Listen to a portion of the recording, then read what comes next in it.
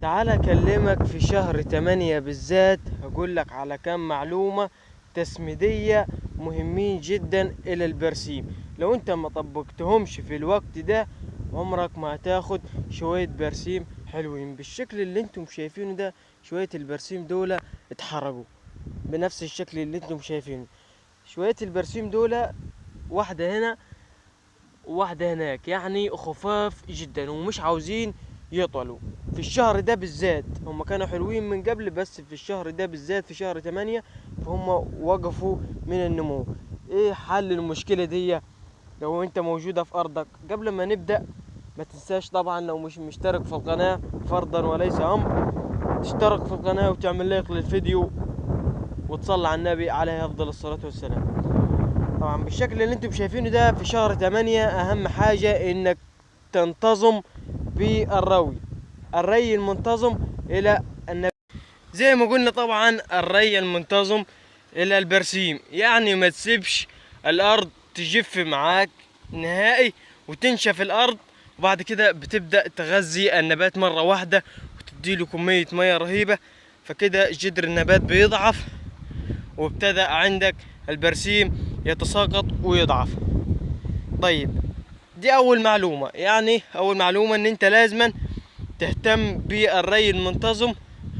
كل مثلا في الاماكن الرملة بتسقي مثلا، بتروي مثلا كل في الصيف. في الاماكن الحرارة طبعا بتسقي مثلا كل 5 ايام.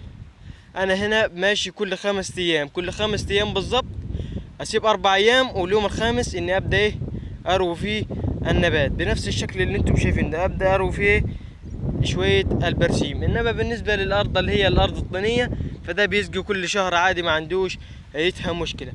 طيب بالنسبة طبعا للتسميد في شهر 8، وهو ده اهم تسميد واهم عنصر انت لازم تحطه، هيقوي الجذور، هيجعل عندك البرسيم ينمو بسرعة كثيفة بنفس الشكل اللي انتم شايفينه ده.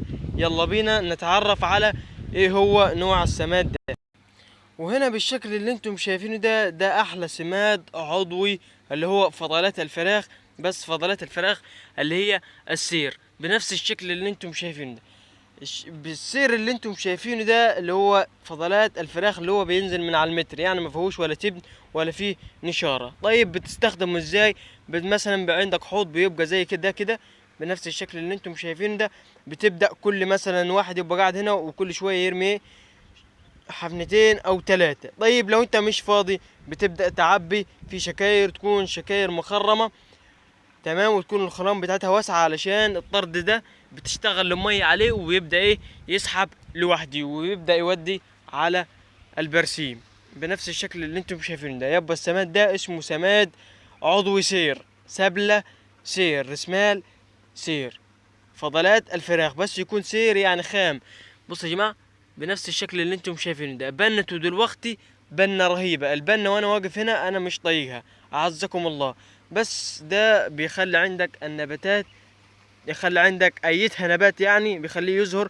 بس خاصة انا دلوقتي موضوعنا عن البرسيم، خاصة البرسيم هيخليه عندك ينبت بشكل كثيف وبشكل سريع.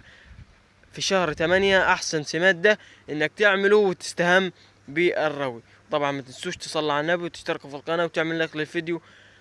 والسلام عليكم ورحمة الله وبركاته.